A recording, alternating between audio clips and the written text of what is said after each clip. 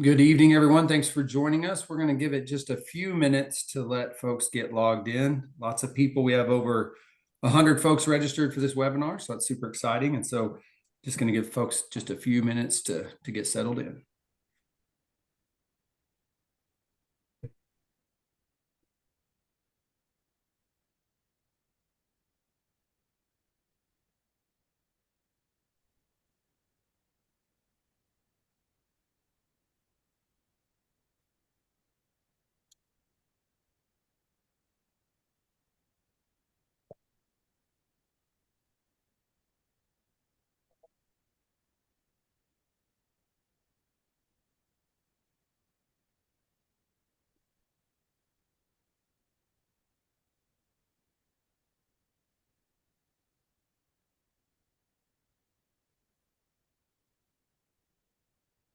Once again, if you're just joining us, thank you for tuning in. We're going to give folks just a few more minutes to get settled in.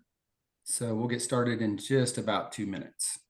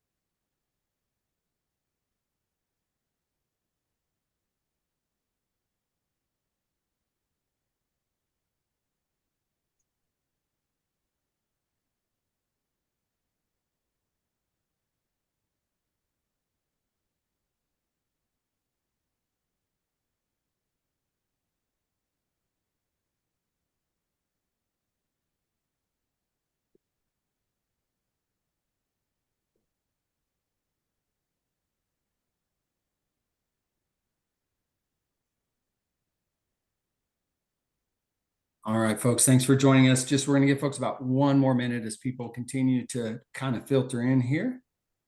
We'll get started here in just about a minute.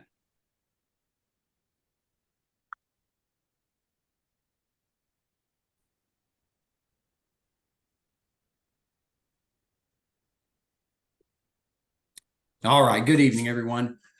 Thank you for joining us for this virtual information session and an in-depth discussion on the 2024 Arkansas Graveler, which is a multi-day gravel festival across the natural state, coming June 23rd to the 29th, 2024.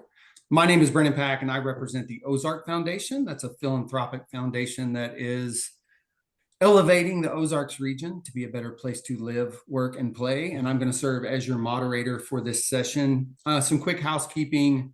The Q&A function is enabled, and we encourage you to send us the questions that you have, and we'll do our best to answer all of them, or at least what we can get to in about an hour. The chat function is also enabled. We just ask that you please keep it friendly. You're welcome to provide additional comments there. Just know that we might not be able to directly address those during this session.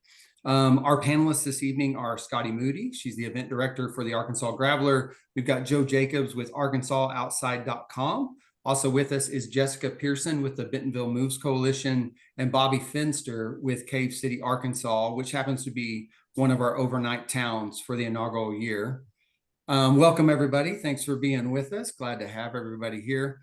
Everyone, to get us started, let's begin with just some short introductions from the panelists.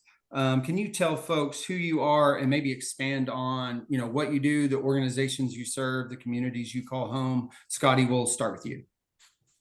Hey, everyone. Thank you for being here. I'm Scotti. I am the event director for the inaugural Arkansas Graveler. And so I work very closely with the team at the Ozark Foundation.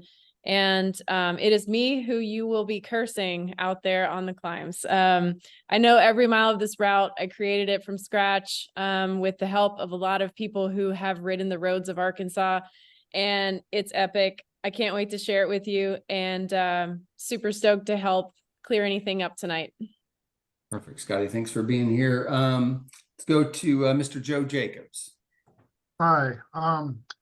I've lived all over the country, but the last 25 years in Arkansas, and worked for Arkansas Parks and Tourism and Marketing for 17 years, overlapping that with about 12 years of running Arkansas Outside, an online magazine that covers outdoor recreation across the state. So I think I've either ridden with or taken pictures of or done both with just about everybody on this panel. Joe, glad to have you. Jessica Pearson. My name's Jessica Pearson. Professionally, I manage the Bentonville Moves Coalition. We are a grassroots group advocating for more active transportation infrastructure in the city of Bentonville. So think more protected bike lanes, greenways, sidewalk connections, and shared use paths. Options for people to navigate the city safely and reliably with or without a car. For fun, I ride and race bikes a lot and enjoy the outdoors. If I have a free weekend, I'm typically spending that on a bike or on a hike or on a float in Northwest Arkansas, so much so that I decided to relocate here to save myself the time of travel about a year and a half ago. I'm also an ambassador for Women of Oz, which is an Arkansas-based nonprofit bike club with the aim of getting more women mountain biking. So yeah, I basically eat, drink, and sleep bikes. Jessica, glad to have you. Thanks for being a part. You wear lots of hats for the community. Speaking of community, Bobby Finster, representing the community of Cave City. Welcome. Well, hey, thanks for having me. Yeah, I'm here representing Cave City, the home of the world's sweetest watermelons. And also I'm here representing Rural Innovation Group, who we focus on promoting outdoor recreation in these small little towns and boosting the economy. Yeah, thanks for having me. No, glad you're here. Glad you're here, Bobby. All right, let's get these questions started. We do have some coming in. A reminder, folks, you're welcome to throw some into the Q&A function, and we'll get to those as we can. We'll try to filter them in naturally to the conversation. So if we don't get to them right away, we'll do our best. We may already have that answer teed up. Scotty, before we dive deeper into the details, can you give us a bird's eye view of the event week and then maybe take us through a sample day of the Arkansas Graveler? Yeah, you bet.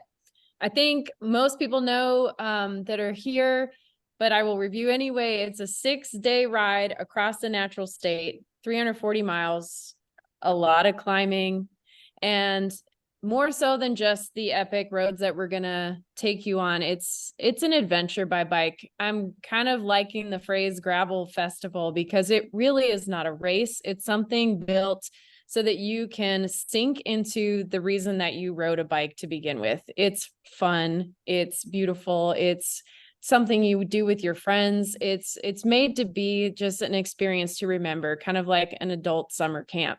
And so we've built a lot of off the bike bells and whistles into this experience, everything from live music, amazing food.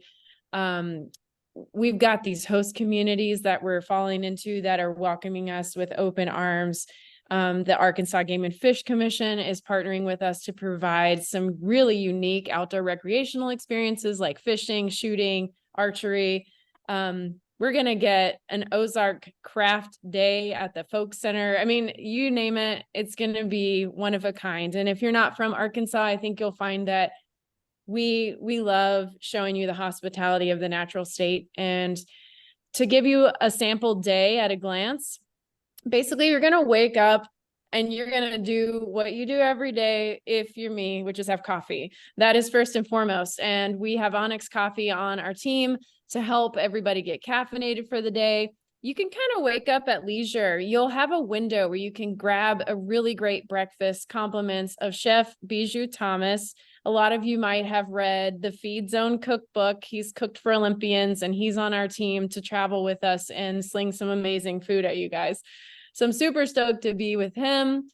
You're going to get a great breakfast before you head out, and we'll have a rolling start. We will ask you to pack up and get your bags to us. Everyone will have a bag number. You'll get your bags to the bag transport truck, and then you can kind of roll out whenever you want before a set period of time. And we will have a window where we kind of usher everyone onto the road, but it's going to be a ride at your own pace experience. There are going to be some people who might want to push themselves and ride really hard. And then there'll be people who might want to stop at every turn and take photographs. And we welcome both. whether you spend 3.5 or, 7 hours on your bike each day, it's totally up to you what experience it is and how that feels. We'll have rest stops, aid stations. We will have even a pickup point. Like if you're having a terrible day and you're just like, I don't want to ride anymore, we're going to take care of you guys. We're going to have SAG support out there on the road. We will be hands-on throughout the day.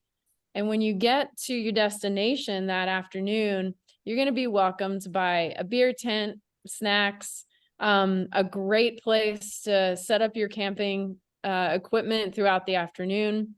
You'll have a variety of things that you can tap into, whether it's zip lining or making a bracelet of some kind, or just whatever you're keen to do. You'll have options throughout the afternoon.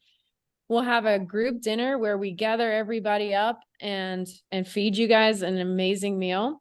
And then every single night we have live music scripted. So the sunlight will start to fall and music will start, and we'll all gather around and just have an incredible evening watching some really rootsy, fun, folksy Arkansas artists throw down on stage.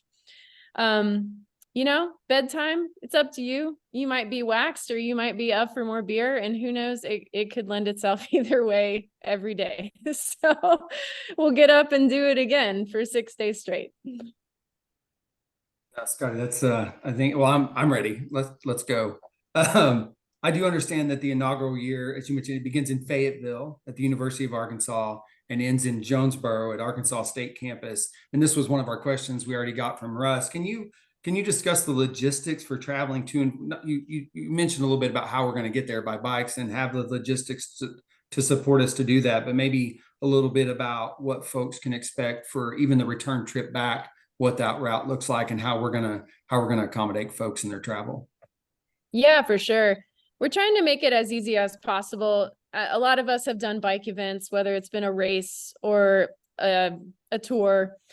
You're going to get yourself to the start line either the night before or maybe the morning of, if you're pretty local to us. We will have parking established at the University of Arkansas should you wish to leave a vehicle on site there. We are working with the university to provide some dorm housing for an affordable overnight stay if you want to come a day early. And then, of course, Fayetteville has a number of hotels where you can house yourself the night before the event. You can fly in, you can drive in, you could ride in, but I mean, however you're doing it, we'll kind of get a gander of what people are doing during registration. We'll have some questions during registration to collect how many people are coming in and from what areas. While you're with us, and we will take care of you. While we can't fit 300 people in vehicles, all of you are going to want to ride. You're going to want to see this epic route. And if you do have difficulty, we'll be there to pick you up. To get back to the start, we've hired charter buses, and those charter buses, some people have asked me, what's the route? They're going to go the highway. So the most direct way back is to dip back down towards 40. We go through Conway, and then we hit 49 to get you back up to Fayetteville. I am not sure on logistics of where we will stop along the way. I know some people are from Central Arkansas and are like, please let me off in Central Arkansas, and we might be able to do that, but those fine-tuned details haven't been quite worked out yet. So just be patient with us on those smaller items, and we'll definitely try and accommodate everyone's needs there. No, Scotty, thank you for that detail. It's a lot, we know, but we've got a plan. That's right. Joe, I'm gonna pick on you for a minute. We'll shift gears a little bit. Folks may not identify Arkansas for its mountainous terrain. Can you talk a little bit about the Ozark Mountains of Arkansas and the beautiful but challenging terrain that is right here in our backyard? Well, it's easier said. A mentor of mine once said that our mountains might not be that high, but our valleys sure are low, and it's a true fact there. The Ozarks are a little different than in a lot of places you might ride, as far as you're not really going to get on a lot of ridge lines and sit there at the same elevation for a long time. You're going to be going up and down through most of the Ozarks, and that's just kind of the way those mountains form. You've got to get into a little geology. Most of it's very karst-like, which is the rock allows water to drain through real quick. So even a wet road dries out pretty quickly.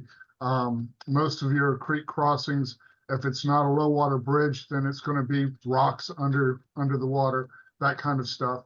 But, you know, and they put down gravel on the road. So depending on where you are, it changes. It'll be a little different as you finish off heading into Jonesboro, because once you get out in the Delta, you get a little bit more clay and sand in there. So it can be a little softer out there, but it's still great riding. I've ridden all those areas and they're fantastic. So, you know, I think a lot of people are, you know, they think that Arkansas is just another way of saying Kansas, and it's not. It's rather mountainous, really. There's a lot of elevation, both up and down, so you can get some fast rides in on those downhills. So be safe on those.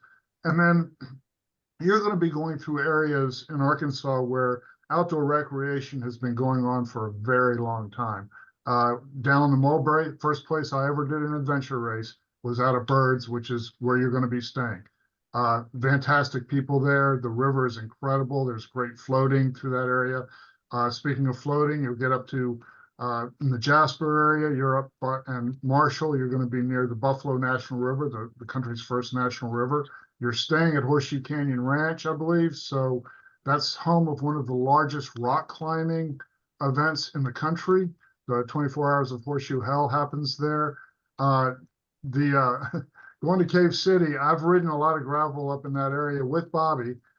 There's some great gravel rides in that area. And then once you get into the Delta, I've recently learned of all the great gravel out there. You get flats, but you still get some nice rolling hills as you get into Crowley's Ridge around Jonesboro. So you're going to get a little bit of everything. We're going to talk about a lot of climbing, a lot of descending, but you're really going to get a lot of everything out there in the Ozarks. So you'll have a great time.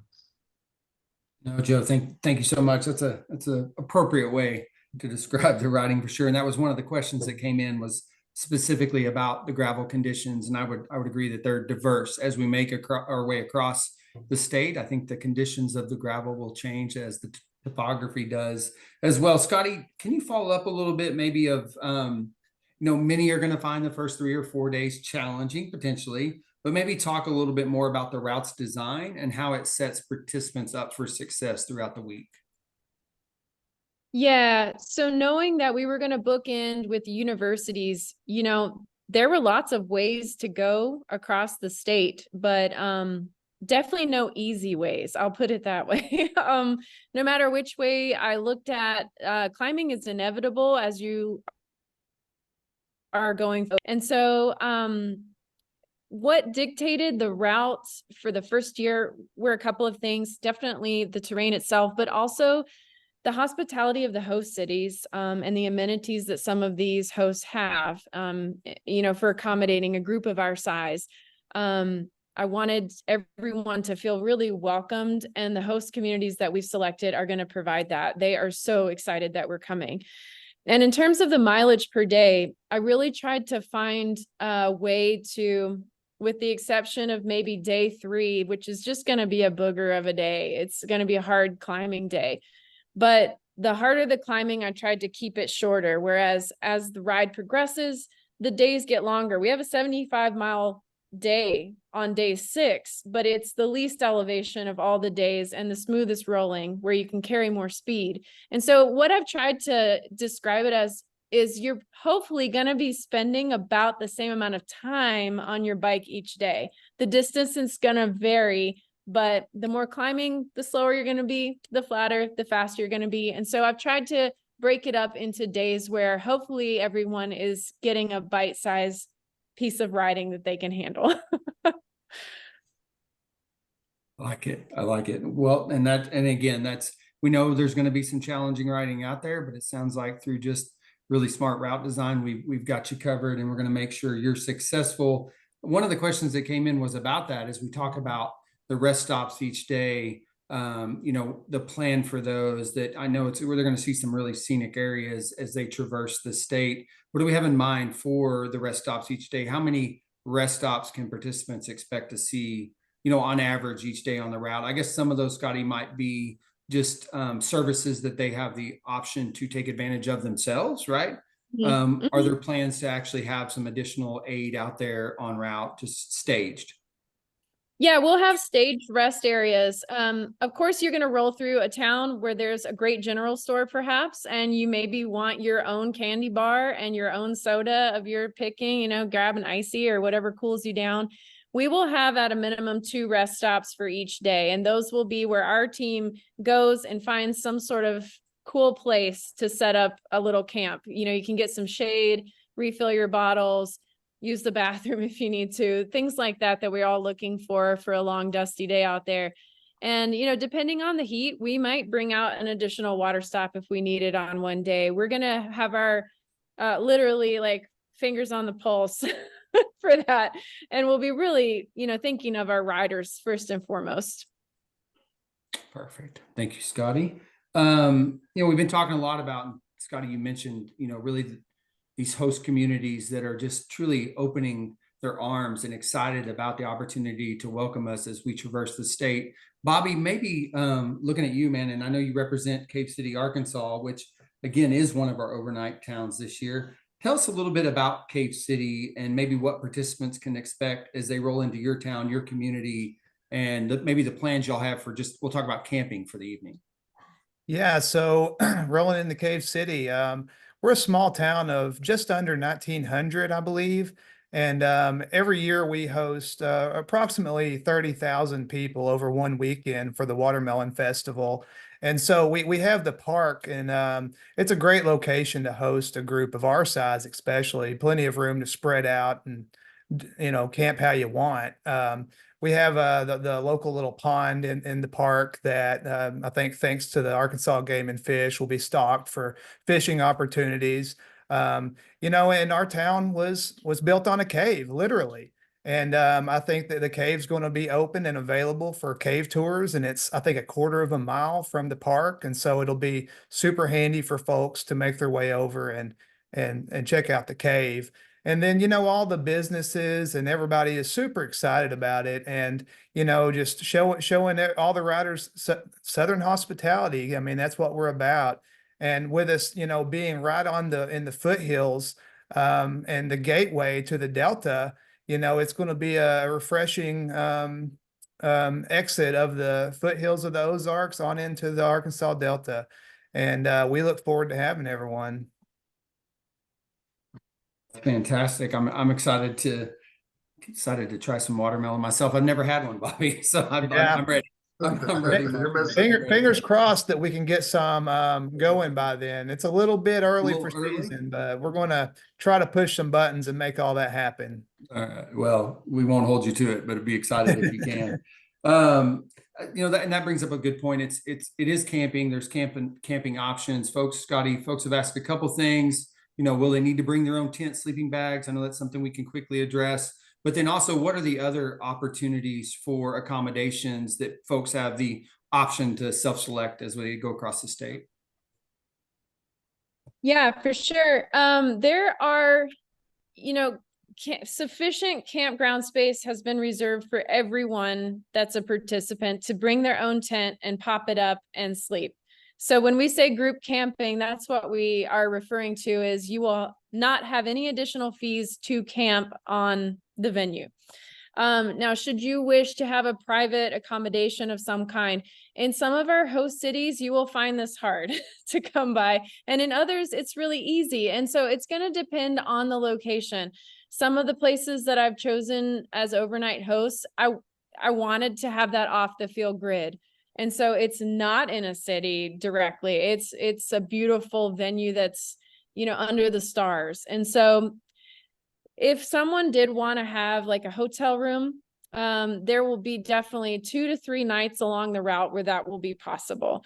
The important thing to keep in mind is that our team will not be equipped to do hotel runs. And so it's important to think through that. Either you need to have someone pick you up and take you to the hotel and then bring you back to the course, or maybe you have a significant other who's going to tag along as a non-rider participant alongside you, and they're the ones that will factor that in. So the only thing to keep in mind is if you do want to seek your own hotels, you'll be responsible to get there and back to the event.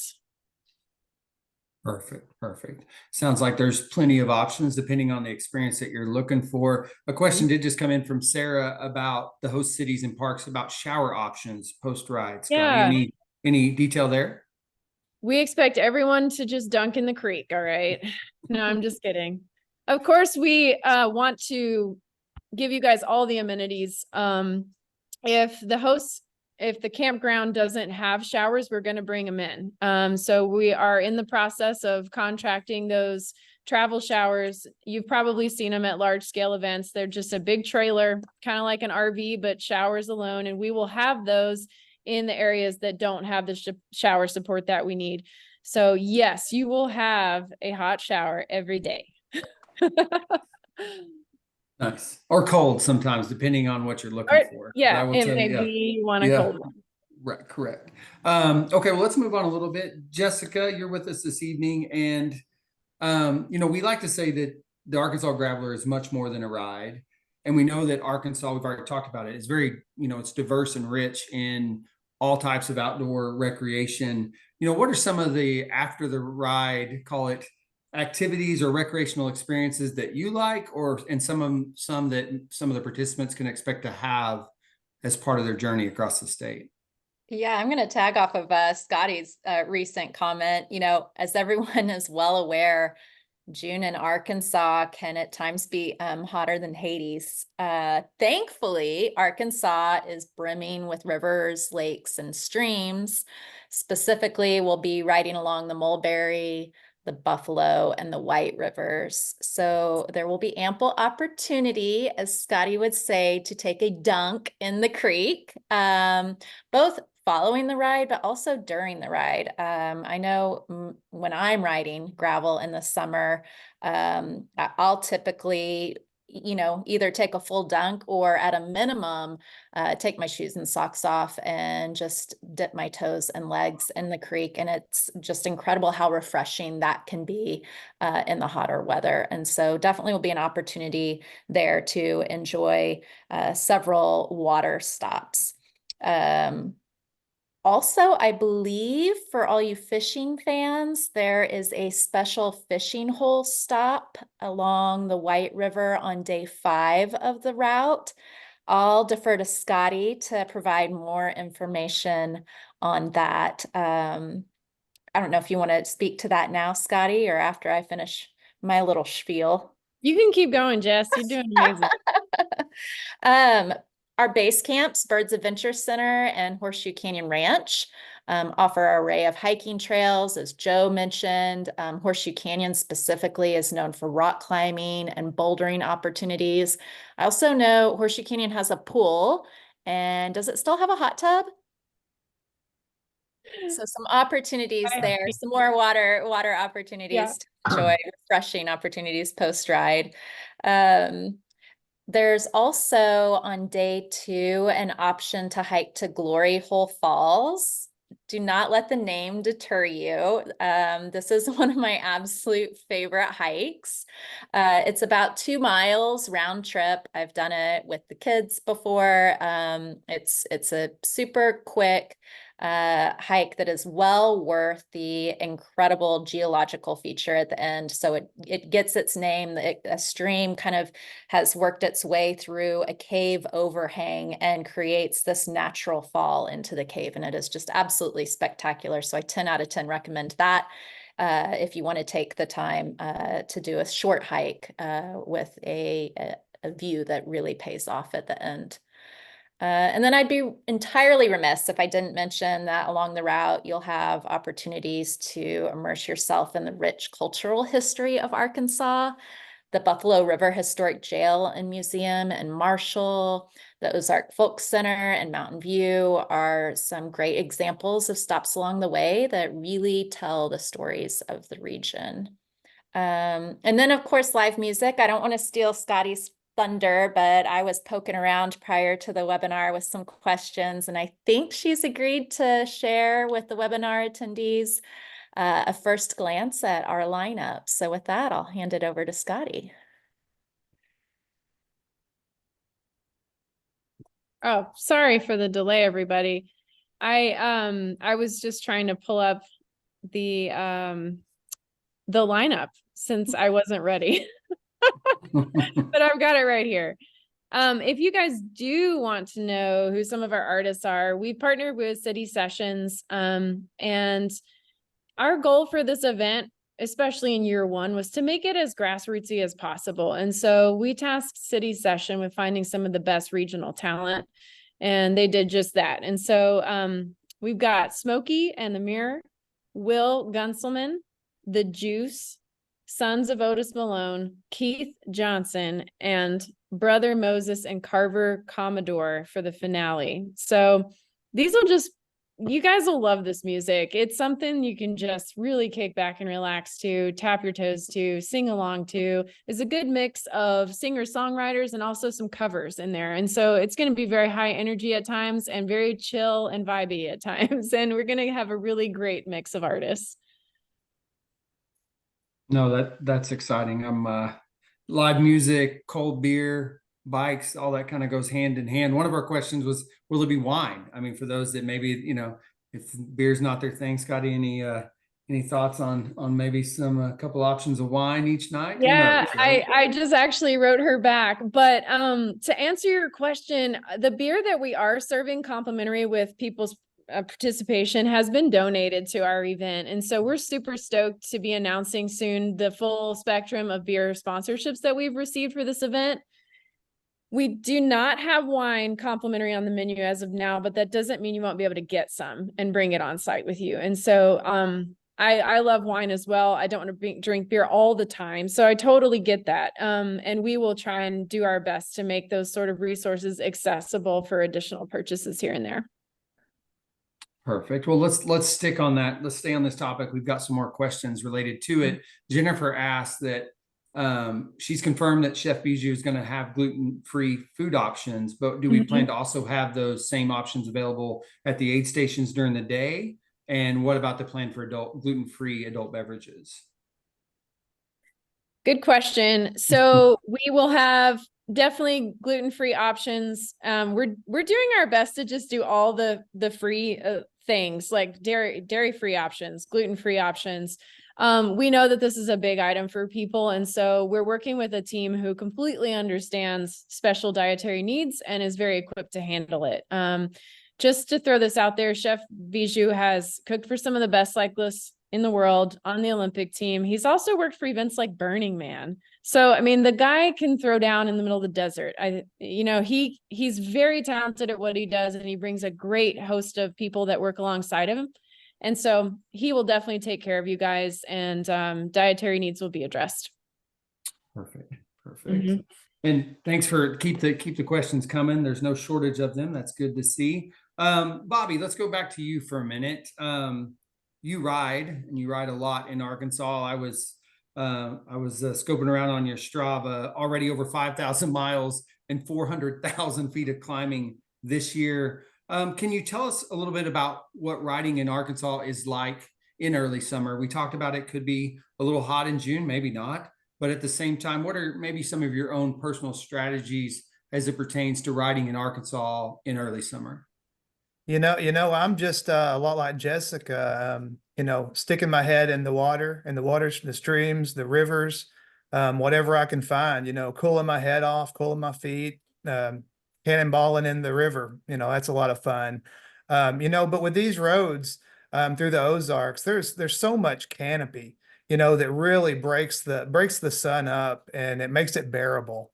Now you get into the Delta, it's a little different story. But from what we're seeing, I think the route is pretty well covered. A lot of it is, and that's great. That makes it really bearable along these rivers to handle the heat. I ride during the middle of the heat. It's no big deal. Stay hydrated. Top off at every opportunity you can. Utilizing these little mom and pop shops, and that's how I do it. Just stay topped off all day and keep up with hydration and know your limits. That's key. Oh, perfect. And as Scotty said, as we manage, we're going to be looking out ahead of time, and 2 aid stations may become 3 as we recognize that the need for water could be more. And so we'll be planned appropriately as it pertains to keeping everybody hydrated throughout the day. Let's stick on this kind of riding in Arkansas. There's some more questions coming in. Bobby, I'll let you start. And if somebody else wants to tune in, this is always a popular question: tire size, specifically tire size in Arkansas. Novak saying he's currently running 38s. He rides around the region a lot. He plans to put 42s on his bike, and is asking, is that going to be enough volume to handle, what, like Joe mentioned, can be some pretty rowdy descents at times. I'm going to say yes, that's kind of the sweet spot for me as somebody that rides regularly. That said, I know a lot of endurance athletes and folks a lot faster than me are running 50s or running traditional 2.0s. I think the more volume, the better, but who's got some thoughts on tire size? Yeah, I can start it out. I recommend, whatever you're comfortable with on your bike. I mean, I ride a variety anywhere from a 38 to a 2.4. Being familiar with a lot of these routes, I think you can't go wrong with that 40 mil range. And if you want some nice comfort, bump it up to a 50 or whatever your bike can accommodate. I wouldn't, throw out the bike because you can't fit a 50, but it'd definitely be more comfortable. But like I said, I've put thousands of miles in these Ozark Mountains on 38s and 40s, no problem. Scotti, you've traveled this whole state by bike. What do you think give us a little bit on, okay, so we're calling it a gravel festival it's a traveling gravel festival across the state, but it's not just gravel bikes, right? This route can absolutely be ridden comfortably on a mountain bike. And I would say some of the climbs, the gearing on a mountain bike is probably actually, you're going to feel more comfortable at home, right? Totally. I've ridden through Arkansas on flat bars and drop bars, but the one thing that I personally don't skimp on if I can is the tire size. And the reason that is, you guys, is because the longer you're on your bike for day to day to day, a bigger tire is like a shock. It absorbs all all the jarring, and that jarring adds up day after day. So a bigger tire, you can run a little lower pressure without the risk of flatting. You can usually get better sidewall protection, so you're flatting less and you're getting a little bit of shock absorption from the bicycle itself. And anything you can do to take a little load off of the fatigue is helpful. And so if, rung what you brung, and if your bike goes up to a 40, then rock a 40. But if you can go higher, I definitely would. It'll make you more comfortable in the end. Agreed. Well, so sticking with that, so a little bit about, we're just going to stay on this bike thing for a minute. Dustin asked, are bike tools going to be available? Air compressors? What if someone needs to change a tubeless tire? What about on route services, maintenance, stuff of that nature? What's the plan there, Scotti? Heck yeah. So all of the above, yes. We will have bike service stations at the host cities and also service on route. So we'll have several mechanics on route every day that will their job is literally to float the course. And, cell phone service is in and out, but there are plenty of cell phone places where you could make a call if something really weird happened and we can get to you. So we'll also have bike wash stations at the host station. Like, say you have, I don't know, I hope it doesn't rain. I really do, but it could. And, bikes get dirty. And so we'll have a place where you can spray off your own bike. And then we'll have a mechanic who's there to help address anything that happened throughout the day. While I can't promise we're going to fix a broken shifter or something like that, if it's simple, if it's a flat, if it's a chain, something that's easy to procure, then we'll take care of it. Nice. Okay. And in that same realm, Jordan asked about, medical emergencies en route. What's the plan to handle those? We've talked a little bit about dehydration and our plan to help participants stay in front of that. But what about medical services en route? What's the plan there, Scotti? Yeah, rider safety is absolutely my top concern. We will have kind of an EMT certified technician riding along on route every single day. There will be an emergency responder.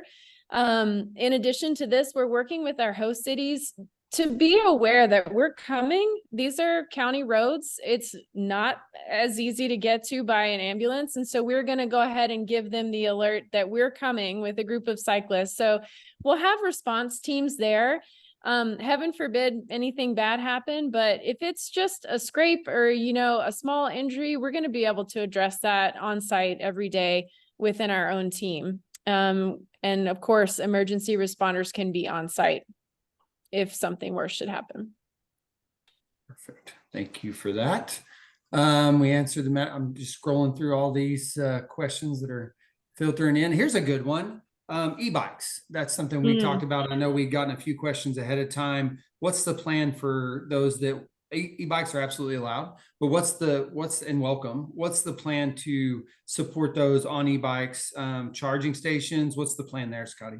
Yeah, we definitely want to welcome e-bikes. I think it'd be super fun on an e-bike. My suggestion is if you are an e-biker and you are going to commit to riding an e-bike, please bring a second battery that you can top off. And while I can't promise that every day's ride will have a charging station en route, I am promising that there will be charging stations at the end of every day at every host city.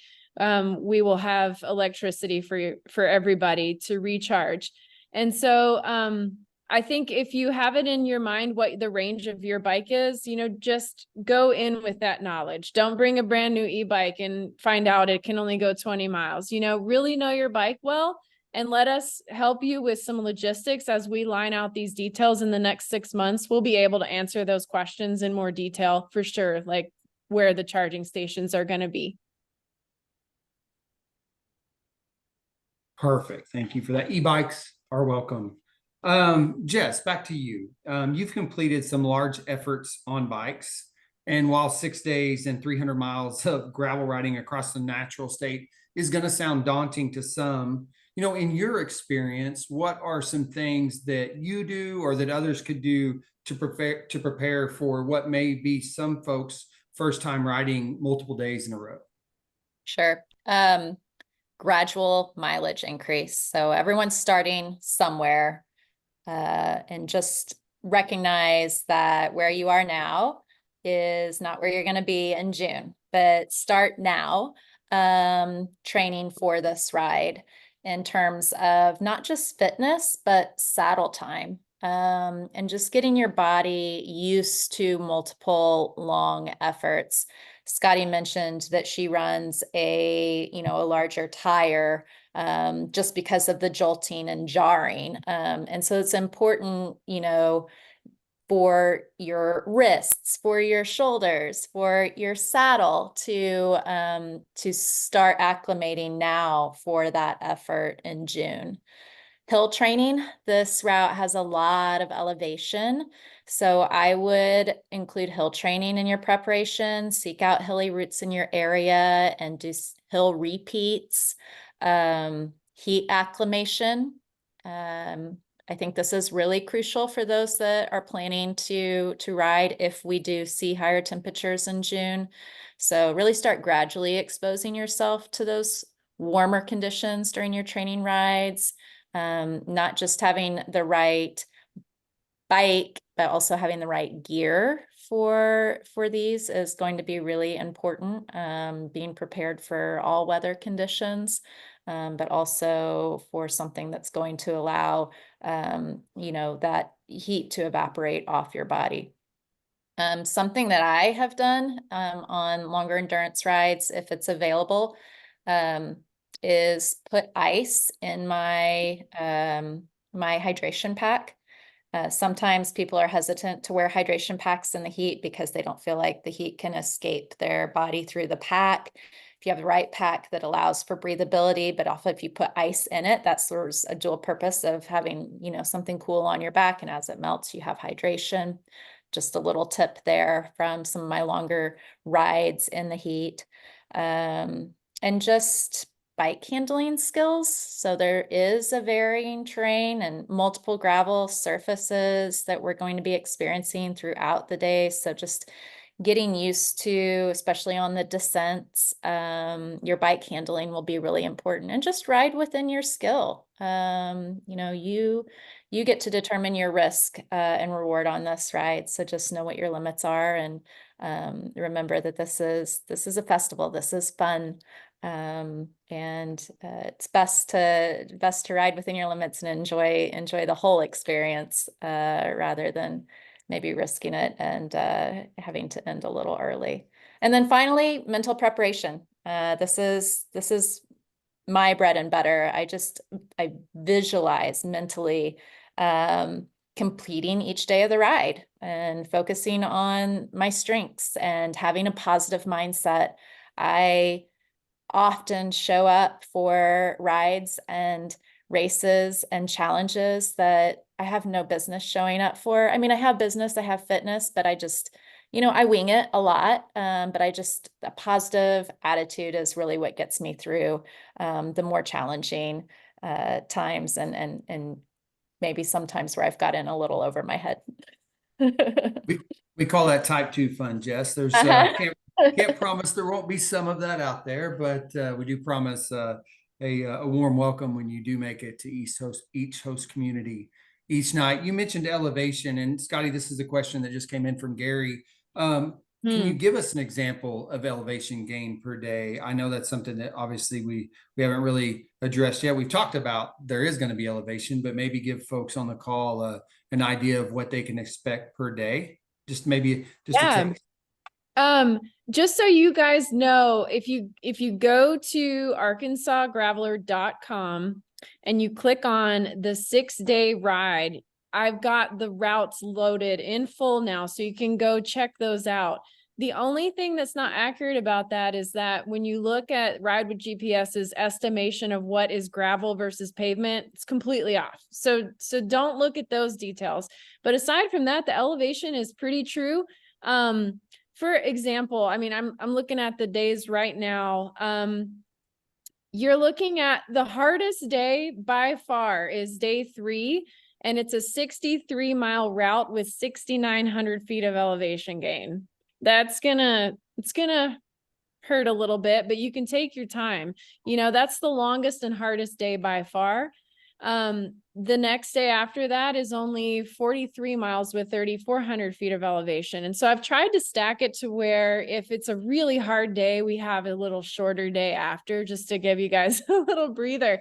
But these are challenging routes. I'm not going to sugarcoat the fact that Arkansas is a very hilly place, and we don't have mountains, but we have successive choppy hills that will break your rhythm for miles. So that's what we're up against. And that's the beauty of it. It's like riding ribbons the whole way.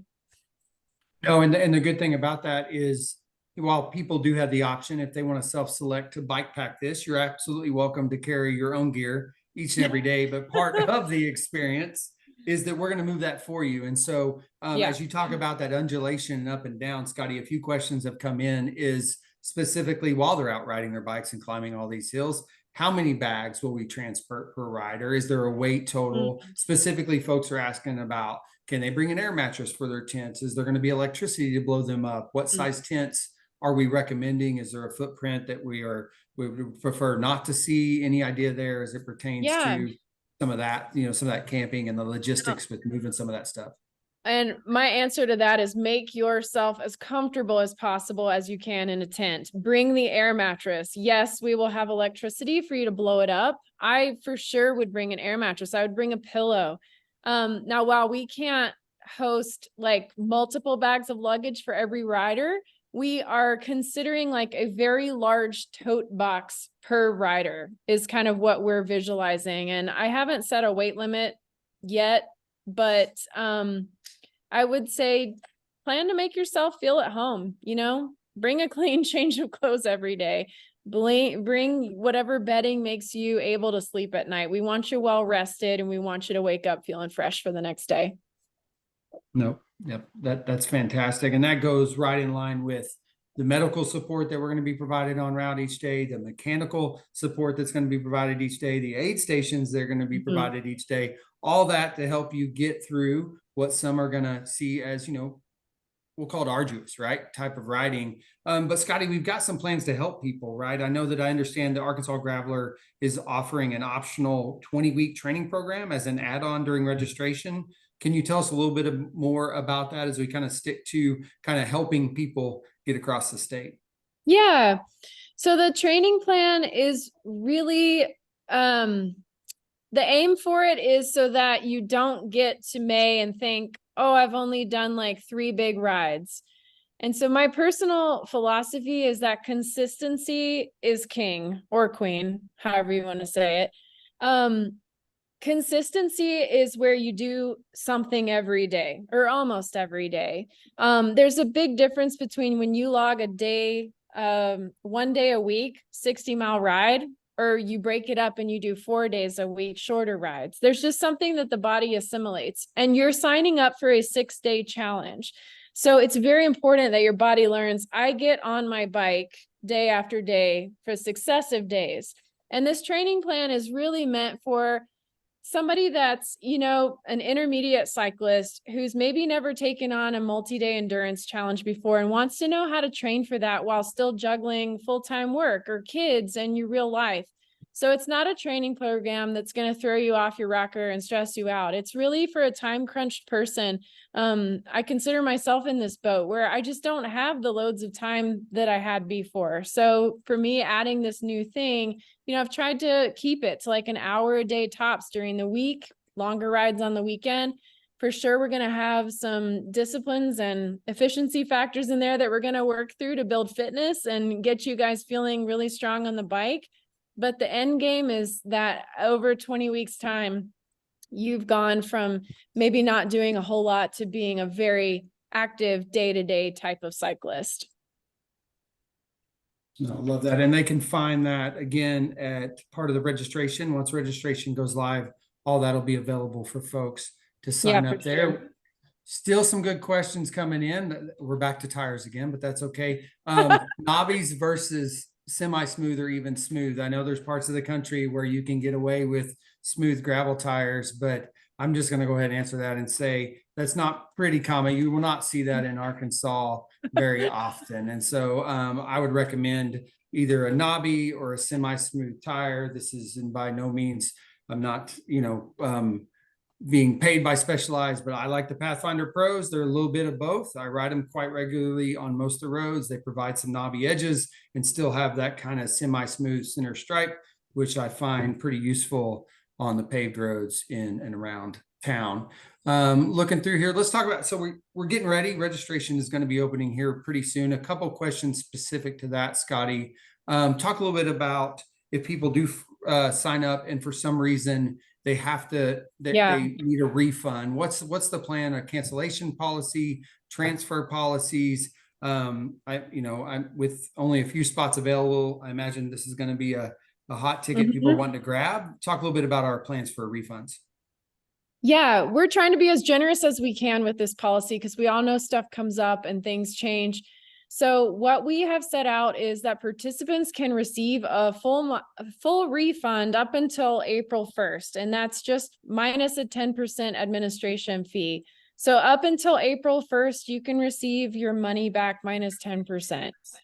If it happens after that and it's between the window of April 1st to June 1st, a rider can either transfer entry to another rider for no fees, or you can defer with a guaranteed entry into the next year's event, but the next year you pay 25% of the registration fee. Deferral requests are going to have to be received in writing, and that's something that I'll process with the participant. But I can't really say enough how many contracts, communities, venues, culinary teams, producers, staff this event takes. We're like not holding anything back when it comes to taking care of riders. And so while we understand there are some unforeseen circumstances that arise, this event takes a lot of logistical support. And so we're going to try and make every refund and deferral available that we can.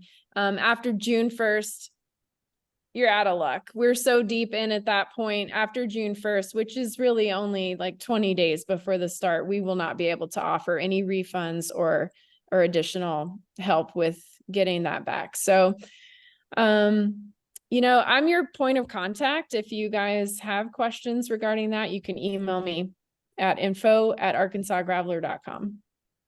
Perfect. Thank you. That was a lot of questions on that.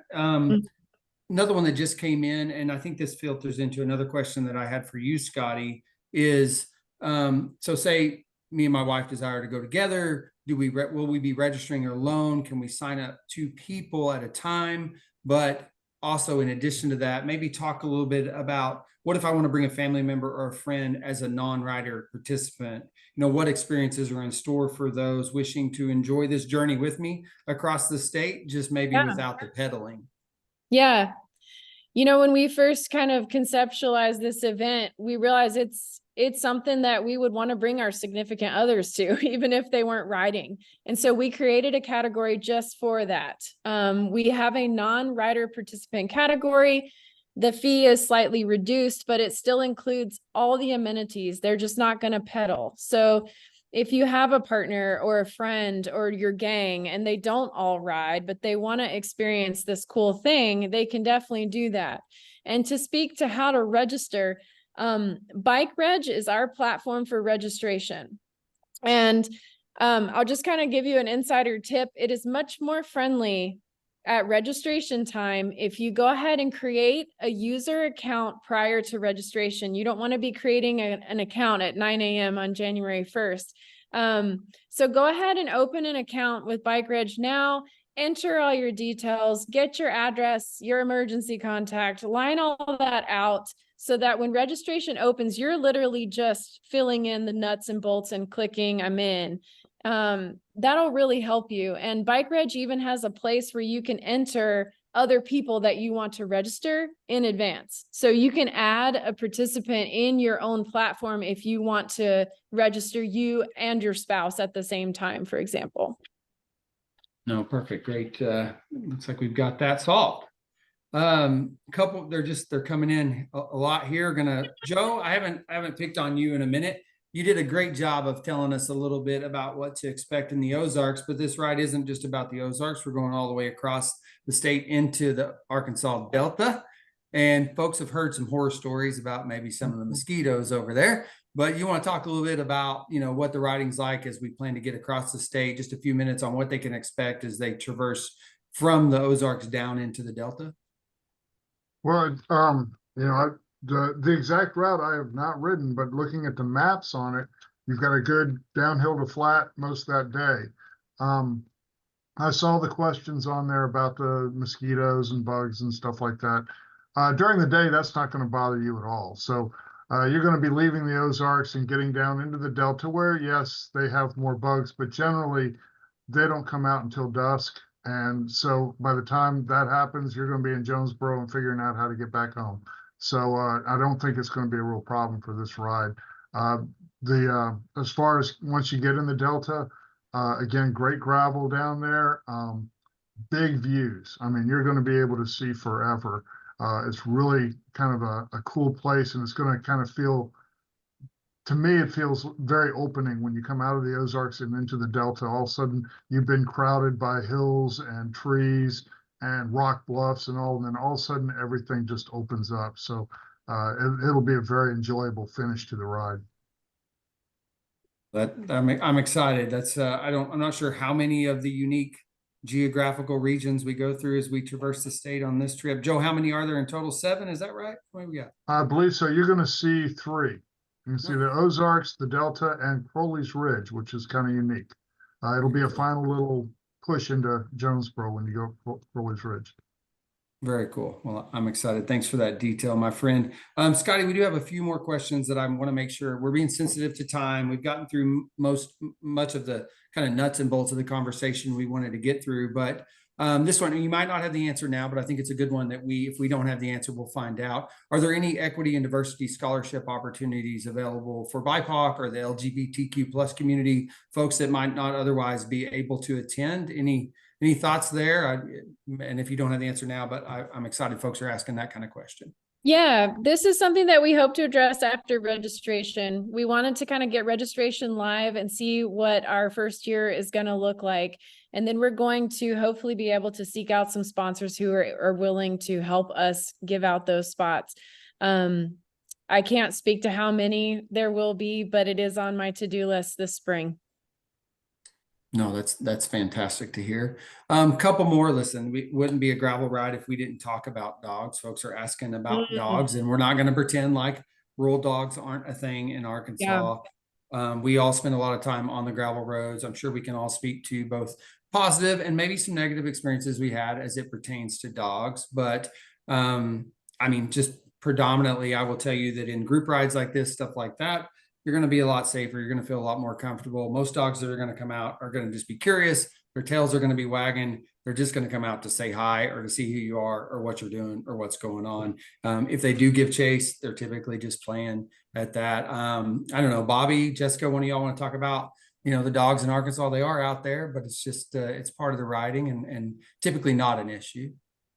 Yeah, I can tell you how I approach them. I can't say whether it's the best, but yeah, there have been a lot of dogs on my rides in Arkansas and Missouri that chase. And you're absolutely right. Most of them are not out to get you. They're either doing their job, which is protecting their territory, but their barks are typically worse than their bites. When I'm approaching, if I know there is a dog or if I've been cued in that around this area there is a dog, I approach pretty quietly. I try not to make a lot of noise to alert them. I don't speed up when they start chasing. Generally, I just try to ignore them and pretend that they're not there. If they are relentless, I'll give them a stern off.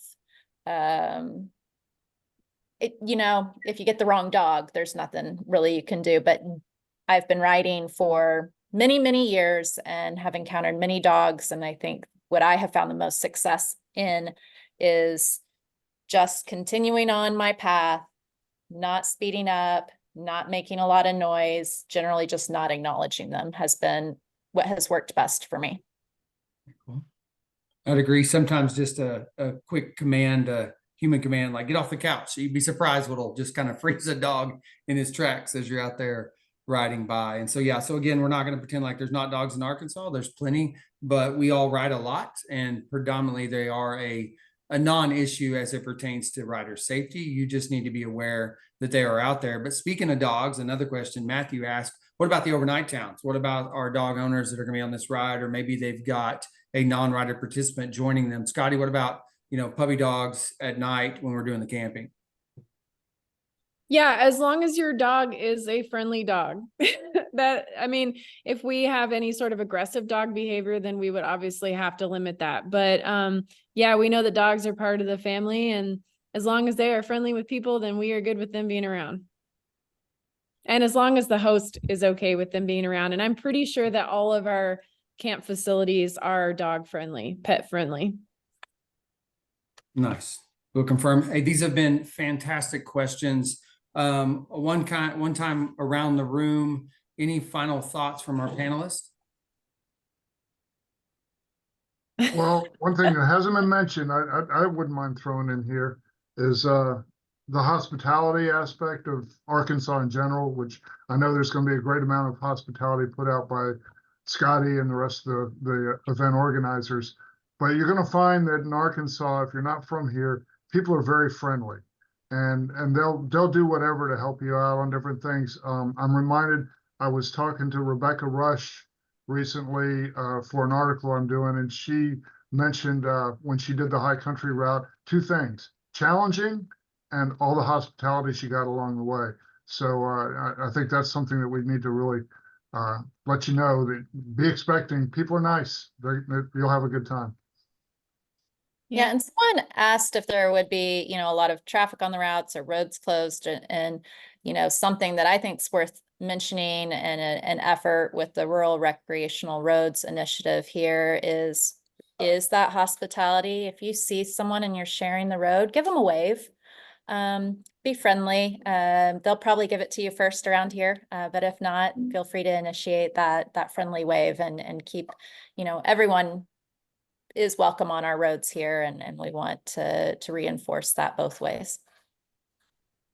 Well said, Jessica. Bobby, what do you got? Any closing comments for any remarks? Man, I'm just excited, welcoming all the cyclists. like they say, I can't state it enough about the Southern hospitality. I ride these roads and I look forward to making that connection with someone out in their yard or someone checking their mailbox. That's the highlight of my ride oftentimes more than not. And then the dogs too, I mean, there's tons of dogs out there. Nothing, most of them won't bother you. I mean, it's a good place to ride. I look forward to having people experience what we get to experience on a daily basis. Bobby, well said. And that is a really good mustache, my friend. Congrats on that. Thank you. Scotti, our event director, some final remarks. Thank you all for being here. I am so excited to see this thing launch. And, if you have further questions that you need answered between now and registration, just info@arkansasgraveler.com. That'll go straight to me, and I'm more than happy to keep answering as we go. Perfect. Folks, we want to thank everyone for their time and interest in the 2024 Arkansas Graveler. As Scotti mentioned, you can find additional information and sign up for our newsletter at arkansasgraveler.com. If you aren't already, we also encourage you to follow us on the socials. That is also Arkansas Graveler. A reminder, she mentioned it, but registration is set to open at 9 a.m. Central Standard Time on January 1st. It is truly your ticket to 6 captivating days of gravel riding across what we affectionately call the natural state. Come here, you'll see why. What we didn't get to, there is also a mini gravel option featuring a one-day experience. So if you're not ready for all 6 days, there is a one-day component where you can join us as we embark from Fayetteville on day 1 and have that single day experience. With a wealth of additional outdoor recreational activities, elevated culinary experiences, and truly vibrant evening entertainment, you're going to quickly see why the Arkansas Graveler is so much more than a ride. Thank you. Have a good evening. And we look forward to seeing you sitting at your computers at 9 a.m. on January 1st.